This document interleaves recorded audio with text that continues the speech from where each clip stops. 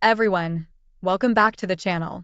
It's been 3 years since our divorce was finalized. Beth and I were married for nearly 18 years before our breakup. We were high school sweethearts and married shortly after graduation. At the time, we had no other lovers but each other. There is something to be said about that. It is really a good thing. Love outweighs just love any day of the week. Of course, you don't really realize it till it's too late. We led, I guess, what you might call a good life.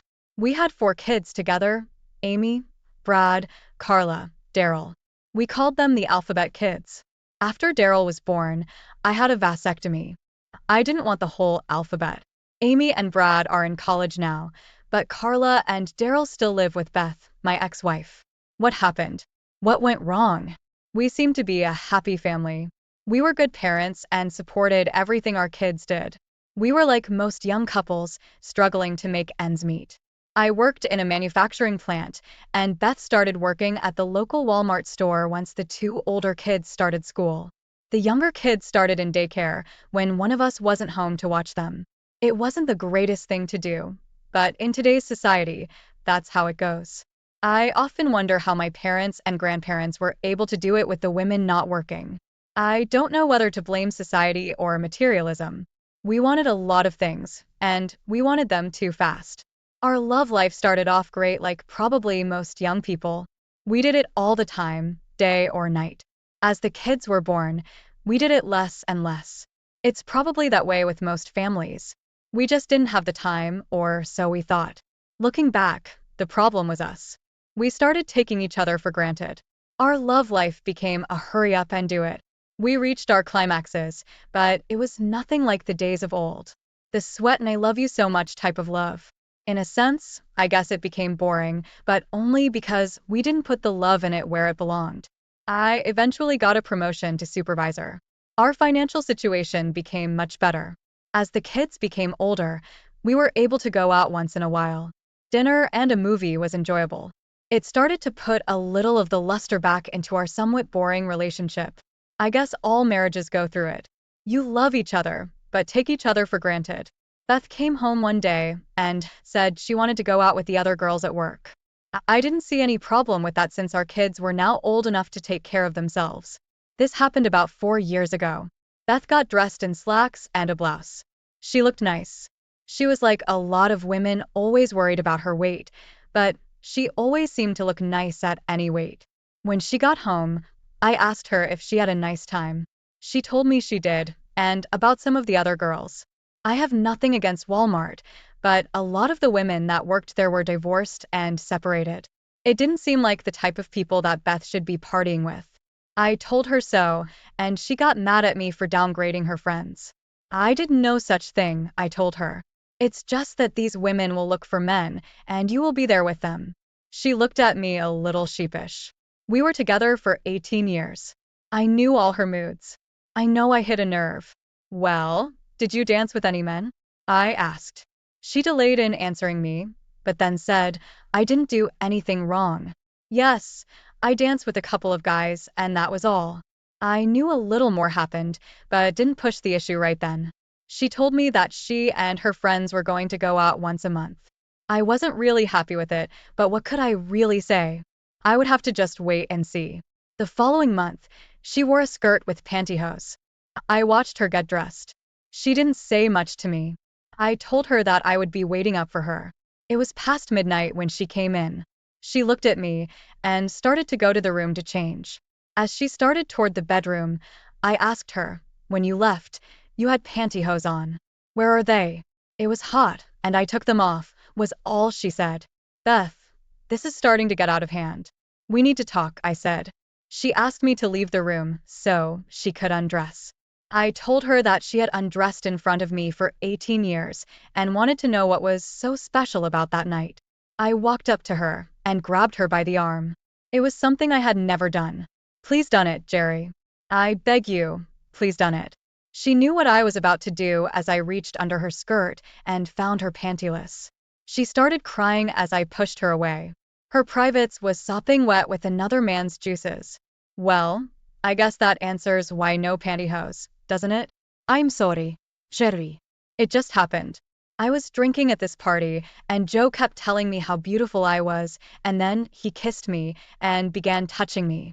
I've never been with anyone but you, Jerry. The girls kept telling me how good Joe is, and I let it happen. No one man came that much in you. You had more than one man, didn't you? I asked.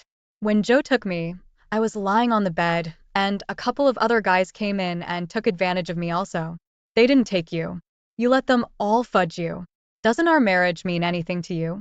Didn't you at least think about me or the kids? Harry, I'm sorry. It wasn't love like you and I have. It was raw love, and I liked it. Barb, one of the other girls, is married, and she told me she and her husband are into swapping.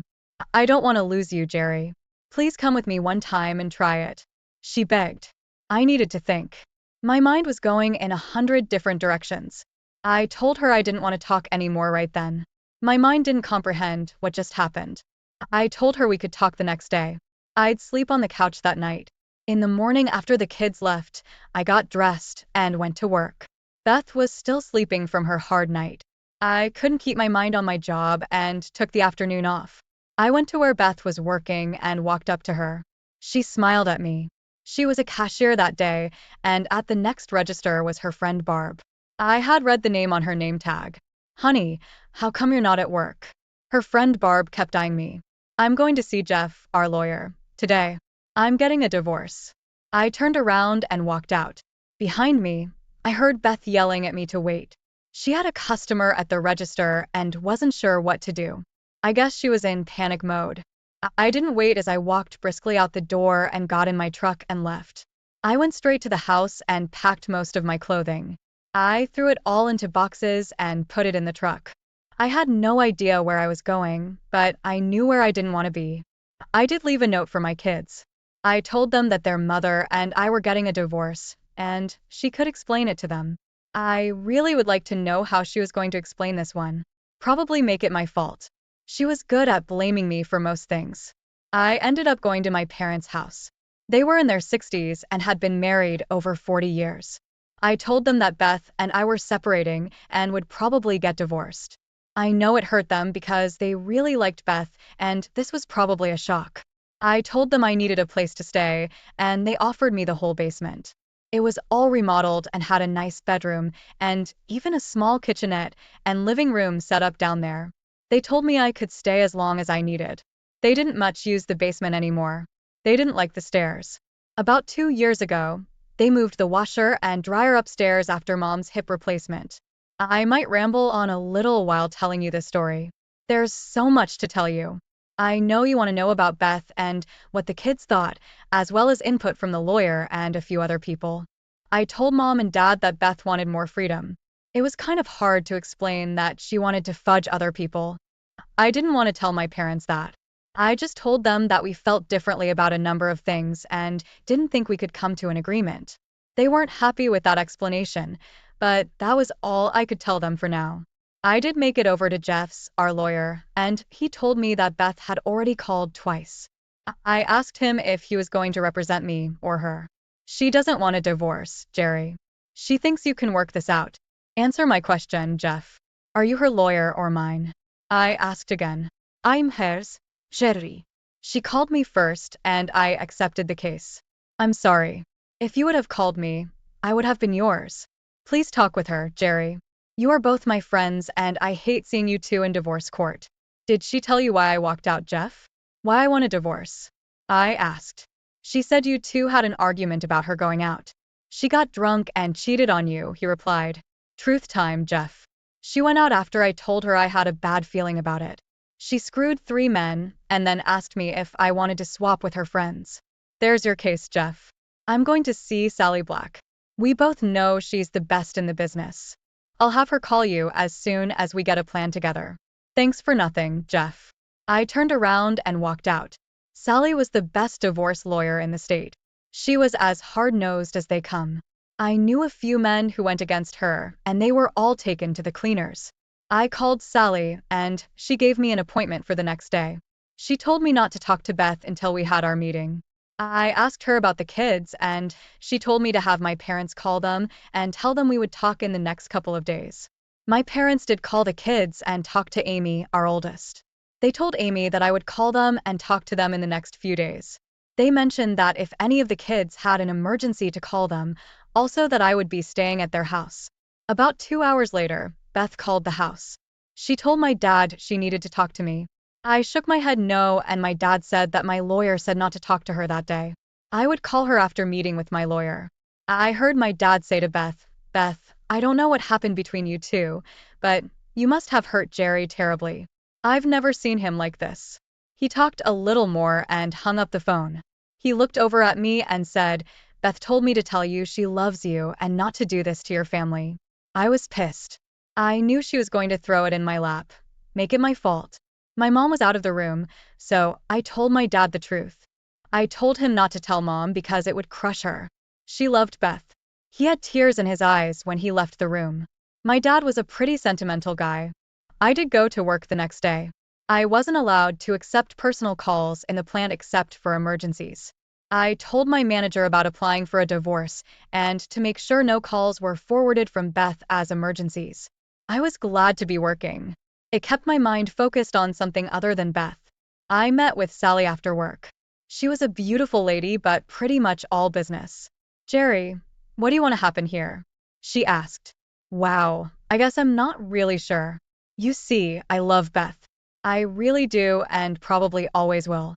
I don't want to destroy her or anything like that. I just can't live with the lifestyle she wants. I'm not into sharing her and I'm not interested in having love with just anybody.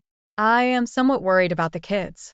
I know they're older, but I don't want her bringing every Tom, Jerk, and Harry to the house. Although I don't think she would do such a thing, but I didn't think she would cheat on me either. Sally spoke. "Jerry, people go through this every day. We can do whatever you want.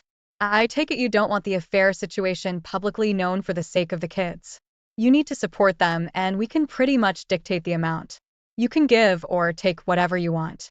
You're in the driver's seat here. We might have to use the affair as a weapon to get things settled, but we'll go for irreconcilable differences in the end. Is that all right with you? You're my lawyer." "I'll follow your advice," I replied. "You make a pretty hefty salary now. Since she is working, we probably can get away with $500 a week in child support. And as the kids turn 18, knock off about $50 a week. No spousal support. And when all the kids are over 18, the money stops. You will also be responsible for their medical.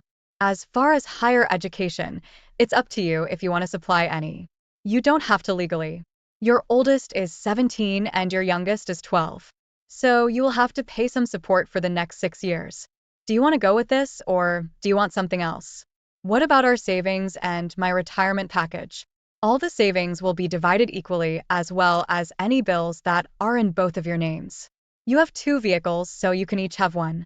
Your retirement is exactly that. Your retirement. We won't let her touch that. The house and furnishings are the only things left. What would you like done with them?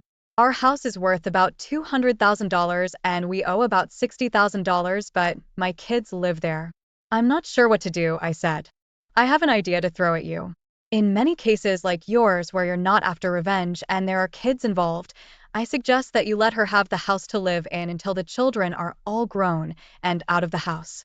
Say age 21 for an example. At that time the house will be sold and the money divided equally, or one of the 2 parties can buy the house at half the worth minus what's owed on it. She will be responsible for half the house payment. So much to go through. Why wasn't I enough for her? 18 screwing years down the drain. I guess we can go with that. What if either Beth or Jeff want to fight it? I asked. Then we pull out the big guns and bring up the cheating. I'm pretty sure they don't want that.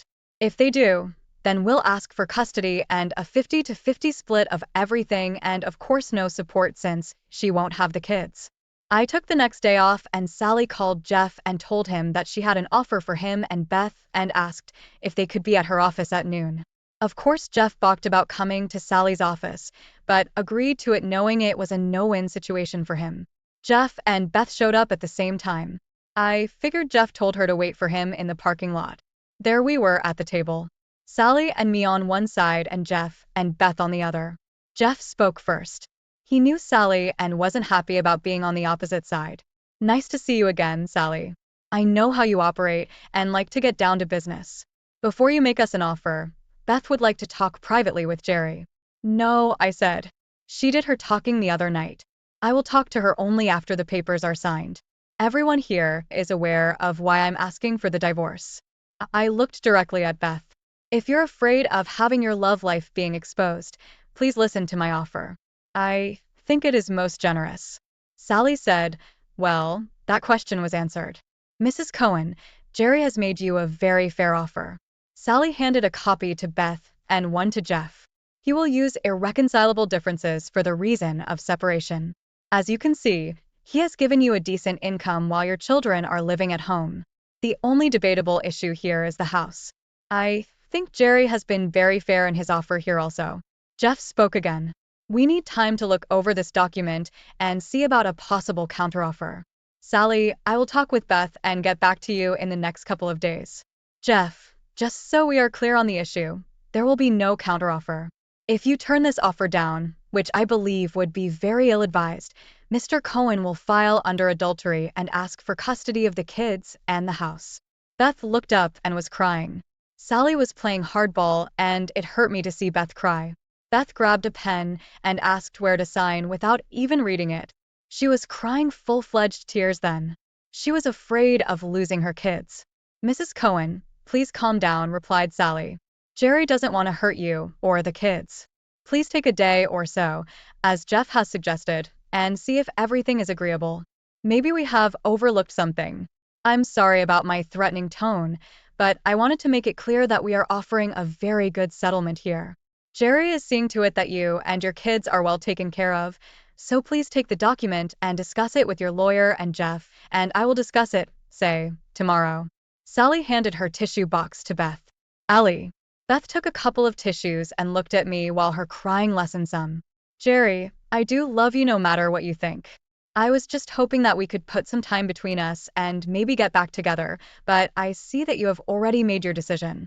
No, Beth, you made my decision for me. You want the freedom to do as you please, and I'm giving it to you. The only thing I ask is that you keep your lovers away from my kids, or I'll take them from you. That's a promise. Beth started crying again as she hurried out of the building. Jeff said goodbye to us and told Sally he would probably see her tomorrow or the next day. Sally looked at me and told me it looked like I would win this case. I told her there are no winners, only losers. I lost the only woman I ever loved, and my kids now live in a single-parent home. No, we didn't win. We just got a fair agreement. My daughter Amy drove the two youngest over to my parents to see me. I was happy to see them. They kept asking questions, and I kept telling them that their mom and I weren't getting along, and we didn't see eye to eye on some major issues, and we would be getting divorced. I tried to explain to them that their mother and I would always be in their lives. We just wouldn't be together.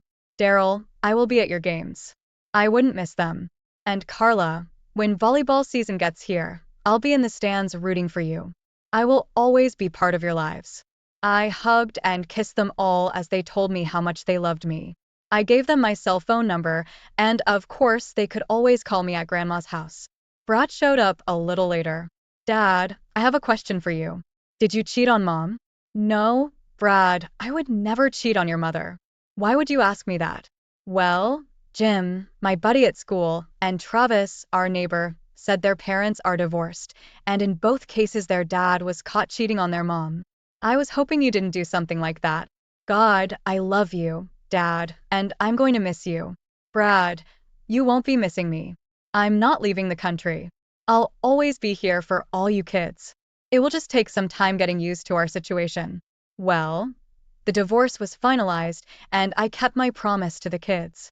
I went to most of their school functions. I saw Beth at most of them. She was a good mom, and if she was having any affairs, she was keeping it very private. I might mention here that Beth and I were always on speaking terms. We got together for the kids' birthdays and other special occasions. The only agreement we had was she wasn't to mention her dating life to me. We talked about the kids, holidays, my parents. No topic was off limits but her love life. A couple of times, she started to say something about a male friend or something along those lines, and I would get up and leave. The agreement that Sally and I wrote up we all signed. I wasn't there when Beth came in to sign it. Sally told me Beth took it pretty hard. We had a few arguments with Jeff on what credit cards would be paid and by whom. I guess that was his way of saving face. I told Sally that if push came to shove, I would pay them. We canceled all our credit cards and had new ones issued in separate names. I talked with the kids regularly. They told me that their mom accepted the fact that we were divorced and seemed a little happier. I asked them if she dated, and they told me no. She did go out with girlfriends about once a month. I think I cringed when I heard that. I never did have that heart-to-heart with Beth. She wanted the freedom to explore, and that wasn't my thought in life. You don't marry someone and decide to find new attractions. It was the way I was brought up. As I mentioned, my parents were married over 40 years. Maybe we did get married too early and she didn't get a chance for whatever it is she is seeking. I never explored the sexual realm either. I was happy with Beth. Going back a couple of years, I should mention that I did start dating again. I went out with a few women from work. At my age, most women I met and dated were divorced. I made it a point never to date a married woman, even if she was separated. I guess it's something I felt inside. I did have love with a few of these ladies. It just wasn't the same for me.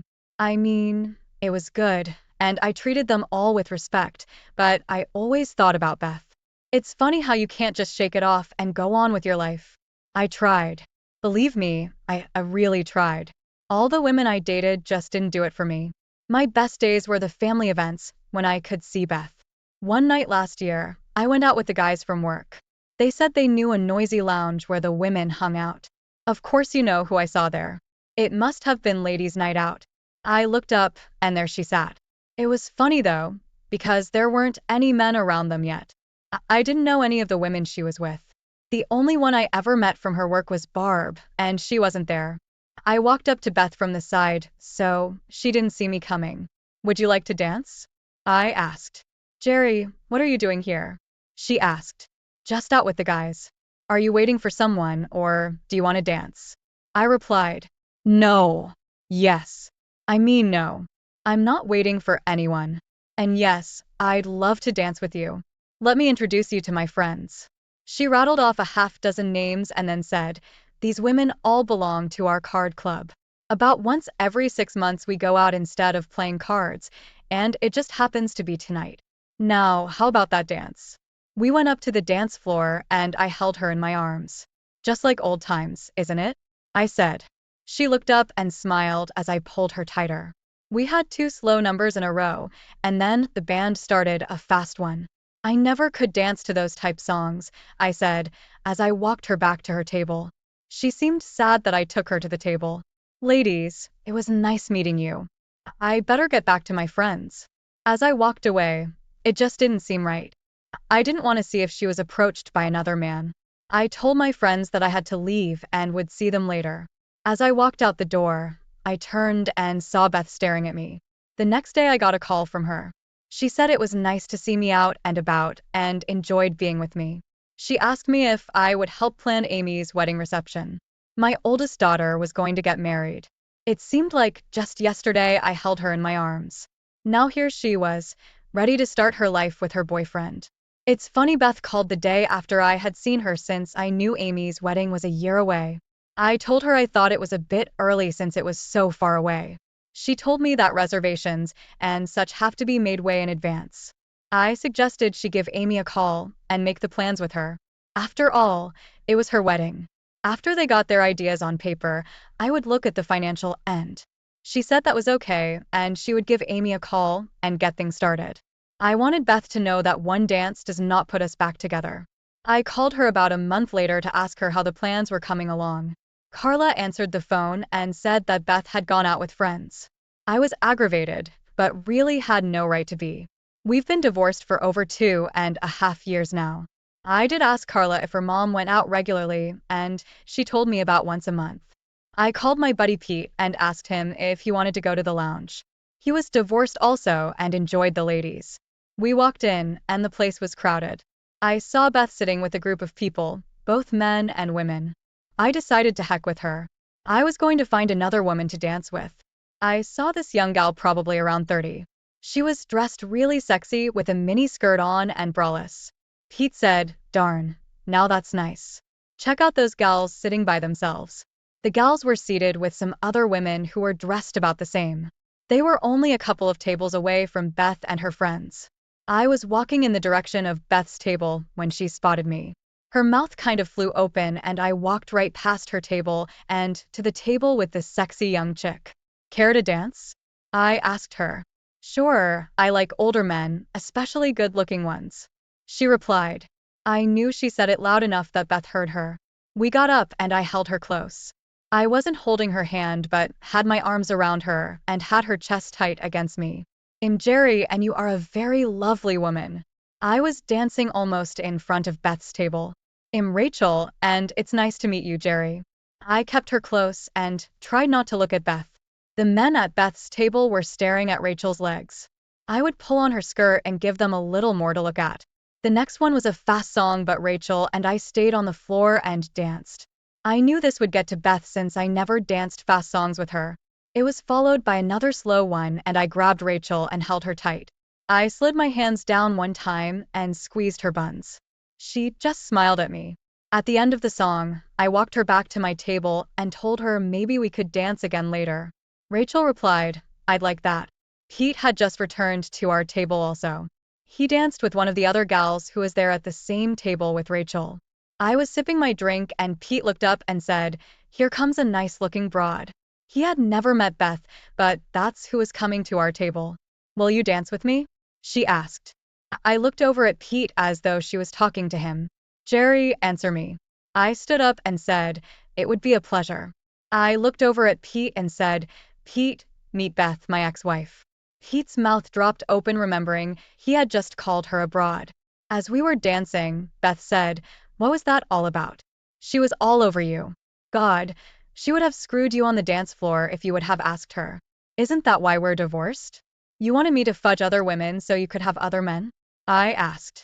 "Jerry, please. You and I never did talk about it. I was wrong. Look, Beth, you came home with other men's liquid running out of you like a faucet and all you can say is, 'I was wrong.' Maybe I should fudge that little filly and then I can say I was wrong too. Besides, we're not married now. When you went on your fudge spree, you were my wife." My wife, darn it. Some guy came up to Beth and I on the dance floor and asked Beth what she was doing. "You're supposed to be my date and you ask this guy to dance," he asked. I looked at this weasel and said, "Fudge off, buddy. You're not getting any off Beth tonight." I could tell it really embarrassed Beth. "Who the fudge are you? Her husband or something?" he asked. "Yeah, I'm her husband and you're going to be in the hospital if you don't get the fudge away from us." Beth started to talk when I interrupted her. "Do you want to sit with me or go back to your boyfriend here?" Beth was steaming mad and pulled away from me and went back to her table. I grabbed the creep by the arm and told him if he tried having love with her that night that I would hunt him down and kill him. Then I let go of his arm as he went back to his table. The two young fillies we danced with earlier came over and sat with us. We switched over to a booth and were feeling them up. I normally don't treat women like this, but Beth had a bird's eye view and I was putting it on pretty thick. I knew Pete was finger screwing the one he was with. These gals were there for one reason that night, and that was to get laid. The little blonde I was with asked if we were ready to leave. She told us she was hot and horny. I asked her to do me a favor first.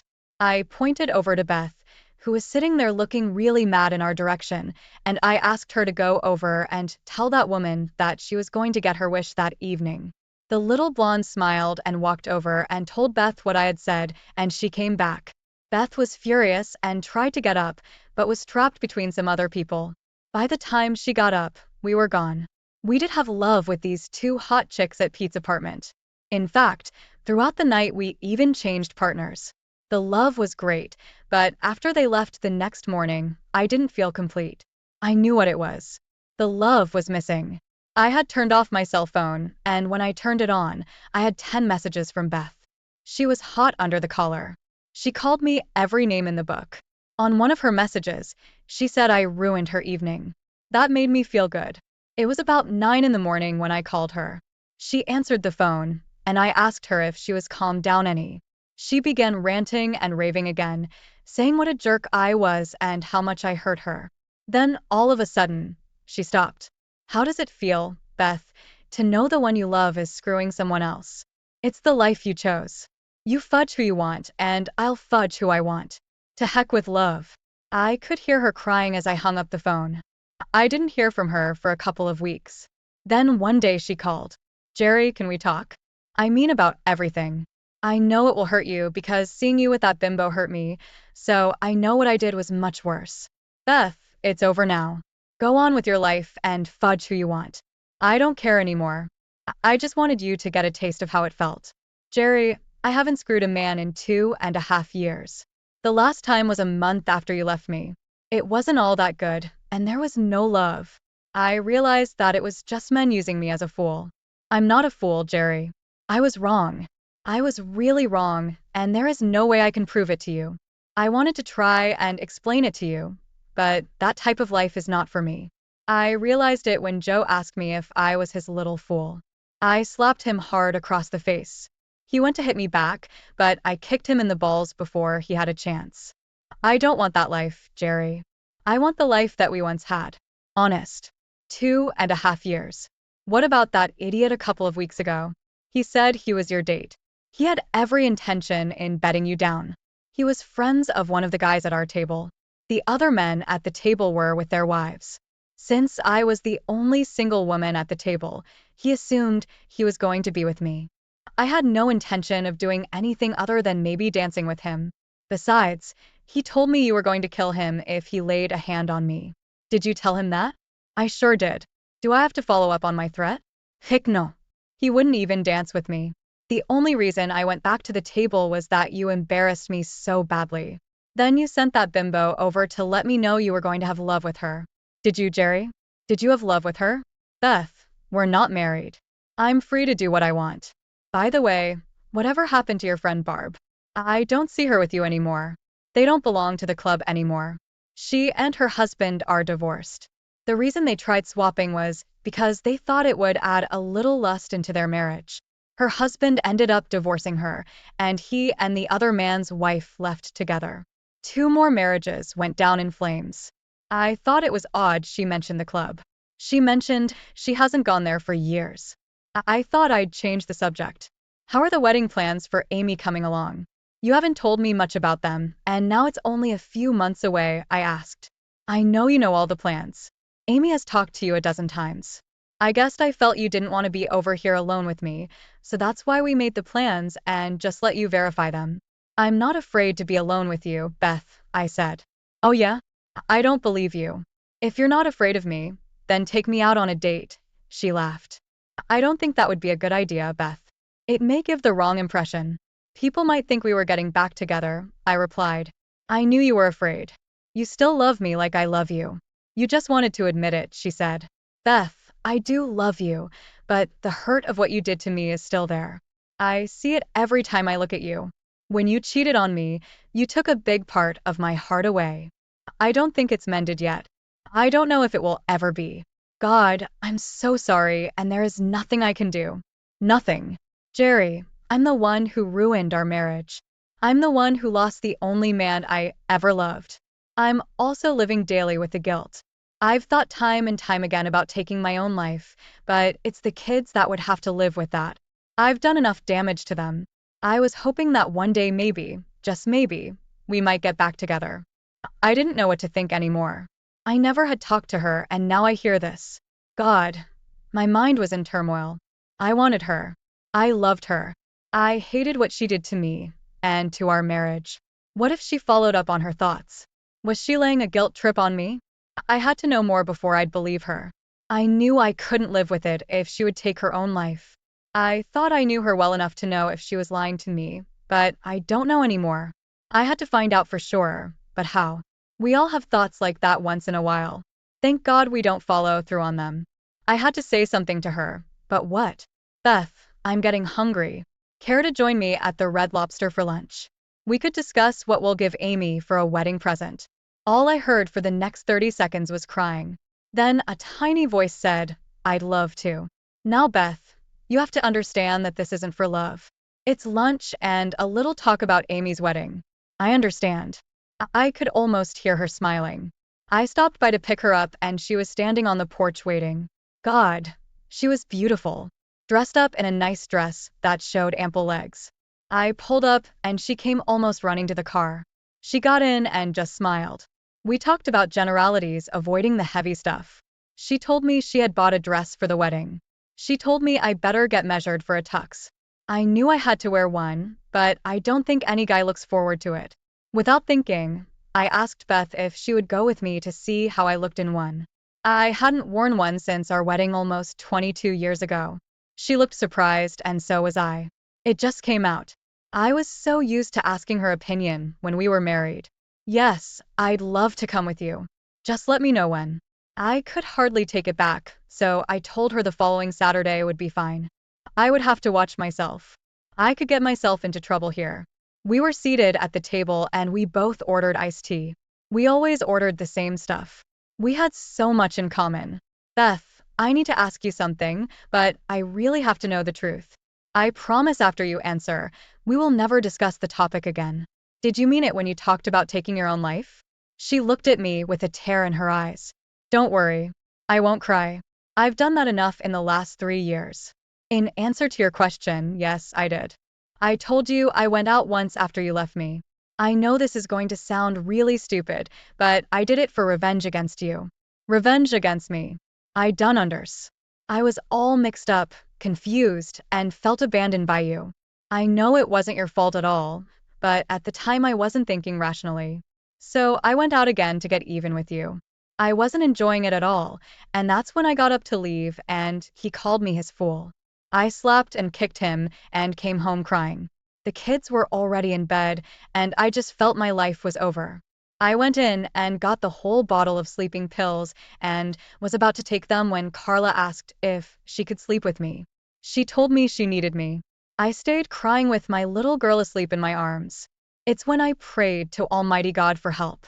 Calmness came over me, and I decided my kids needed me and just maybe you would see the change in my life and want me back. She brought tears to my eyes. Luckily, our meals came and we changed the subject and started eating. Afterwards, I asked her if she wanted to go to a movie. We found a good comedy so we could both laugh. I took her back home, and she asked me if I wanted to come in. I told her not then. I had a lot of thinking to do, and before she got out of the car, she leaned over and kissed me. I didn't stop her. She felt so good, like she belonged there. I love you, Jerry. Just remember that. She got out without me saying anything and went into the house. Something just didn't fit. She told me twice now that she did the swap thing only one more time a month after I left her. I wanted to believe her, but the puzzle pieces didn't fit. For one thing, if you go to a swap club, you have to have a partner. Who was hers? It couldn't be this Joe fellow because that's who she swapped to be with.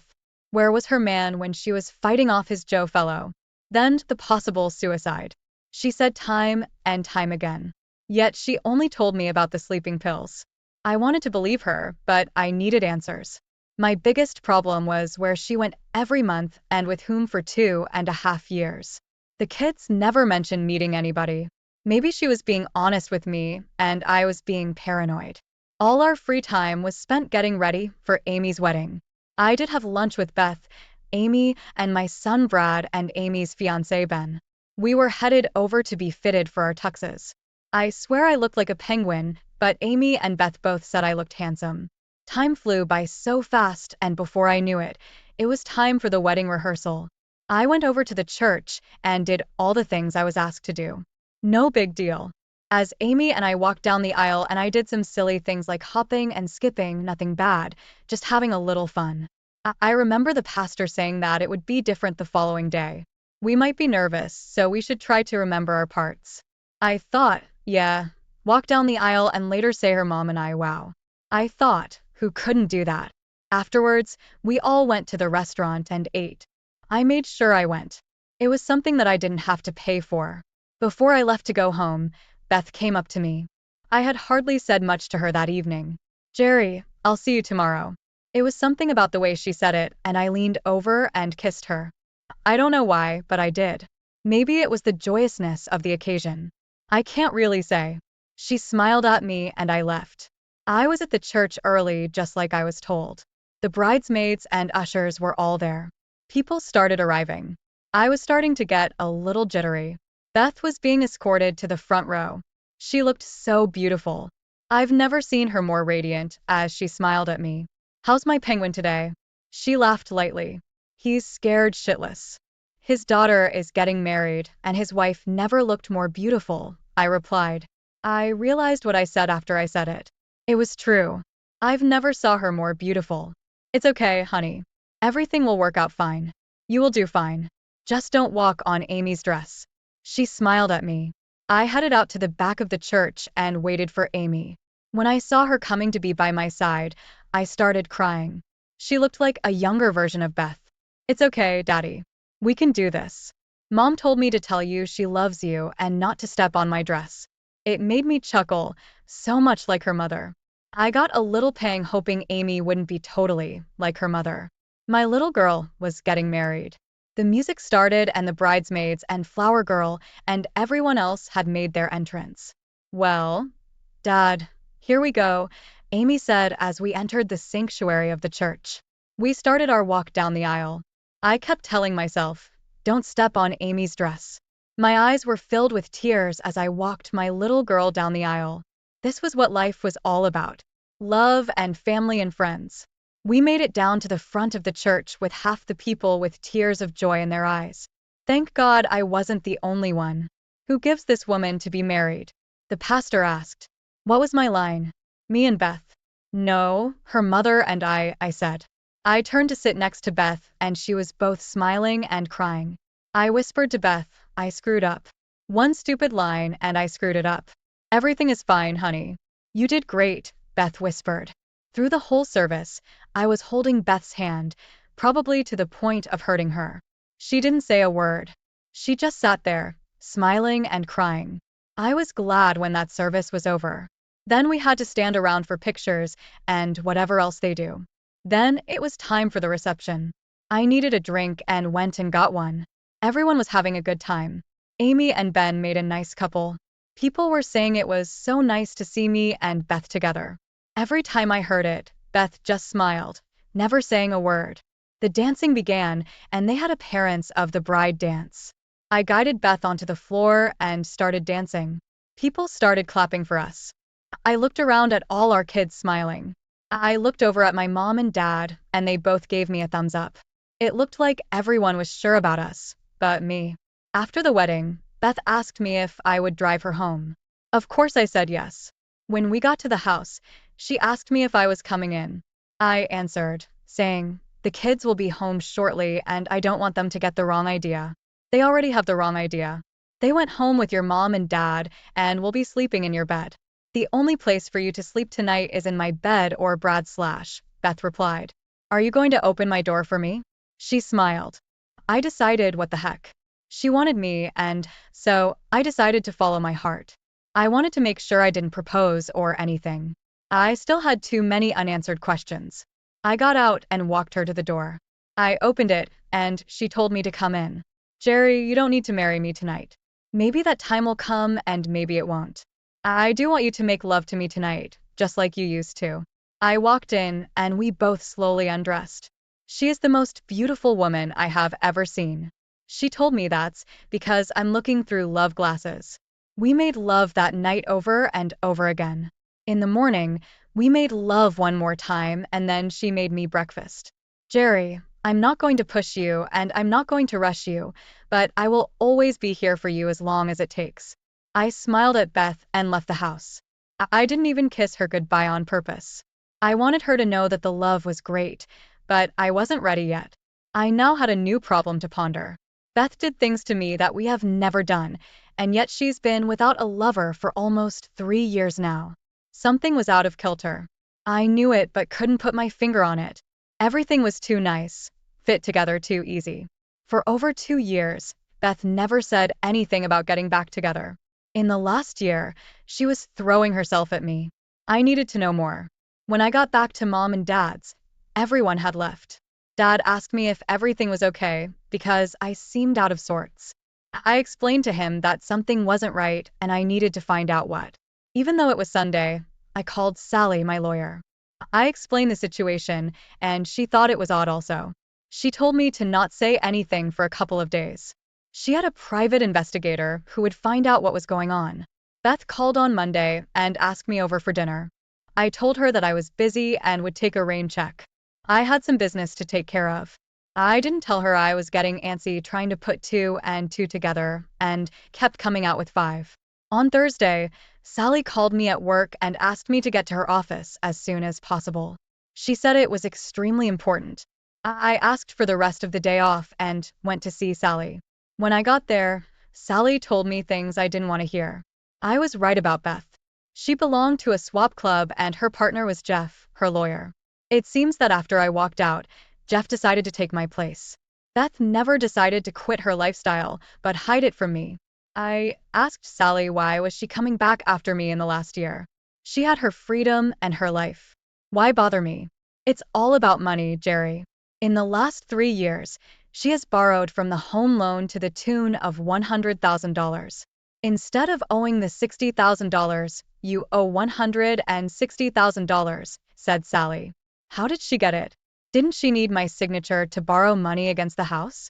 I asked. No. When you settled on the credit cards, one was a cash equity loan.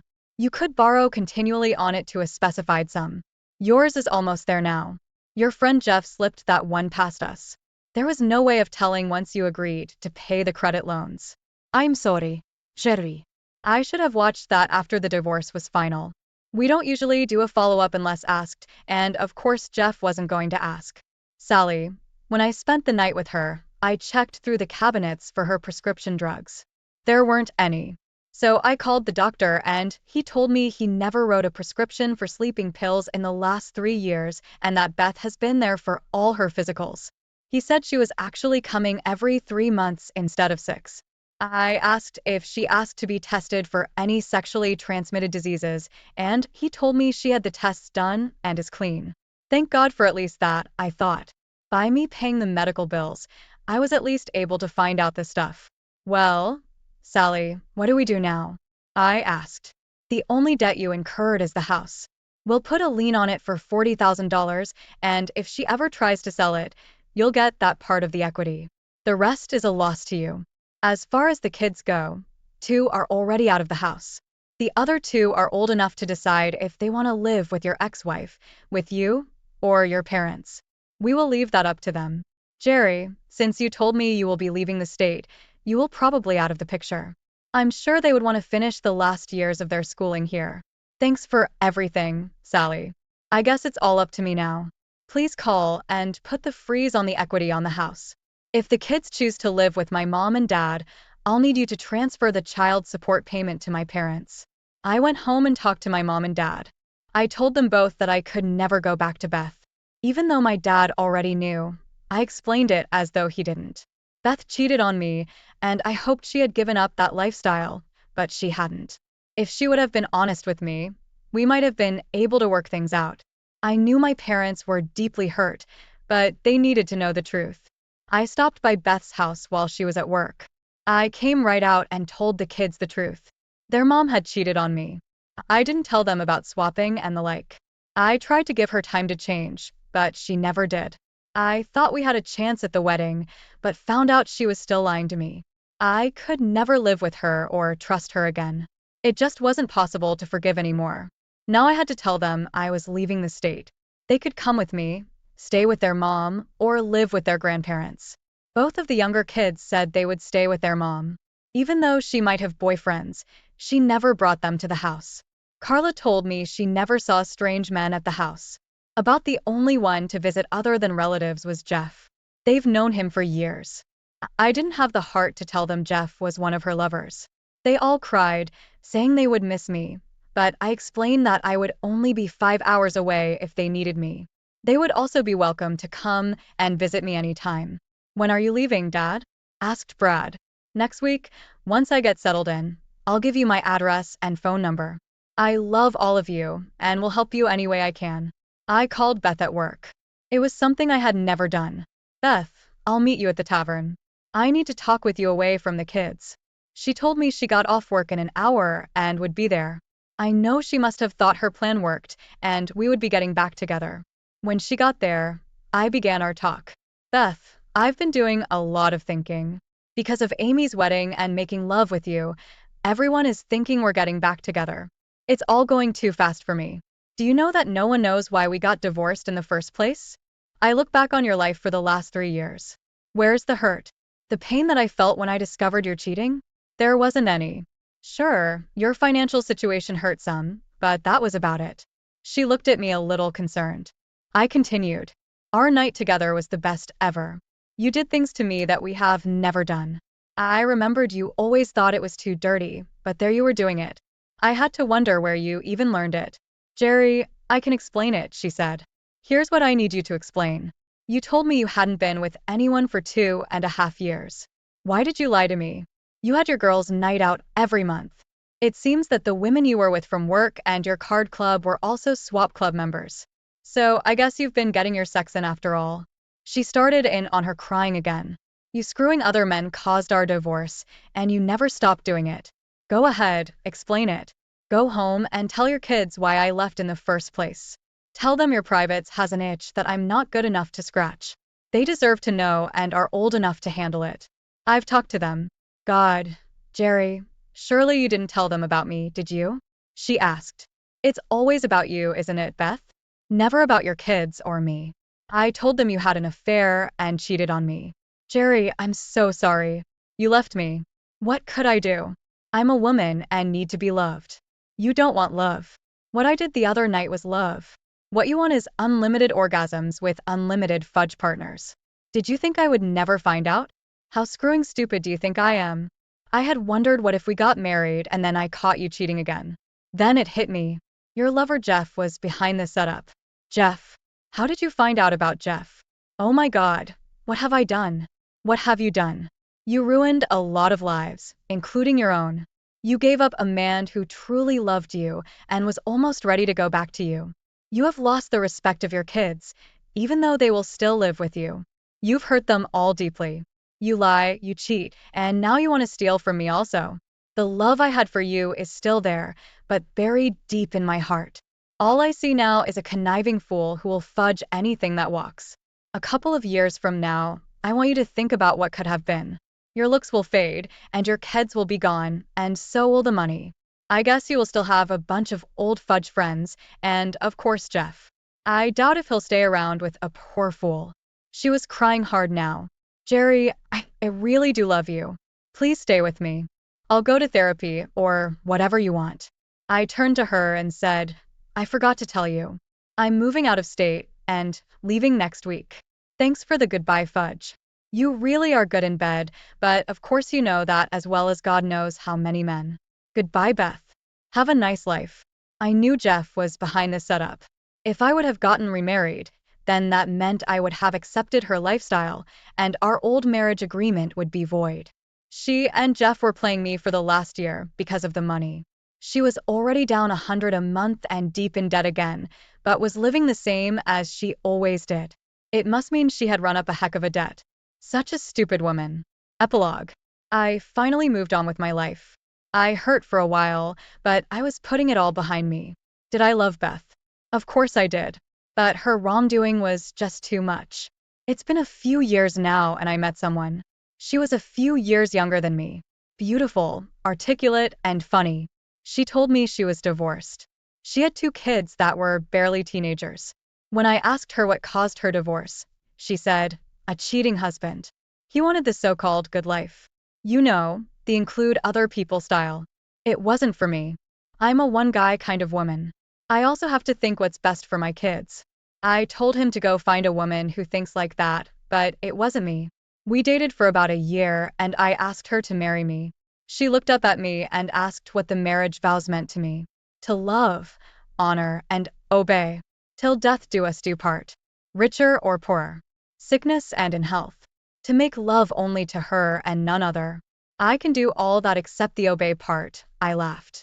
She knew my story and about my alphabet kids and had to laugh. You see, her son was named Aaron and her daughter was Faith. We were married and all my kids attended the wedding. At first, they were reluctant to attend. I had them come up before the wedding and they met my future wife face to face. They saw the kind, gentle person that I saw. Of course, Amy and Brad were both married already. And Carla was dating. Daryl and Carla were both still in college. They knew I needed someone in my life. Mom and Dad drove up for the wedding also. They fell in love with my bride-to-be also. They knew my life was back on track. My wife looked beautiful, petite, and sexy as heck. Why any man would want to share her was beyond me. We went on a short honeymoon and stopped by Mom and Dad's on the way back. I showed my new wife the town I was from and the house I used to live in. Beth had to sell it because of her debts. I did get $30,000 out of it, thanks to Sally, my lawyer. We headed back home and began our new life. It was a simple life, but we were happy with it. We did enjoy it to the fullest, and our lovemaking was terrific. We had only one problem, but we were able to solve it. You see, my new wife's name was Bethany. I remember her looking at me and telling me we had to do something about that. She didn't want me to call her Beth. So we decided on Honey. She told me she didn't care what everyone else called her, but she didn't want to hear anything but the word honey from my lips. I remember asking if I could call her sweetheart once in a while. She smiled and said, that would be okay too. When we make love, you can call me anything you want but Beth. She laughed. I don't know what Beth is doing anymore. I did remove her from my life. The kids see her and say she lives in an apartment alone. They said she seems to be doing okay. As far as dating goes, they think she does, but doesn't really talk about it. They said she cried when she heard I was getting married. Of course they love their mom and do watch after her. She'll be all right, they said. I just hope she gave up some of the wildlife. I guess I'll never know. I remember the last thing she said to me. Jerry, I really do love you and want you to know that I will wait for you. I know you will come back to me. I'll be here for as long as it takes.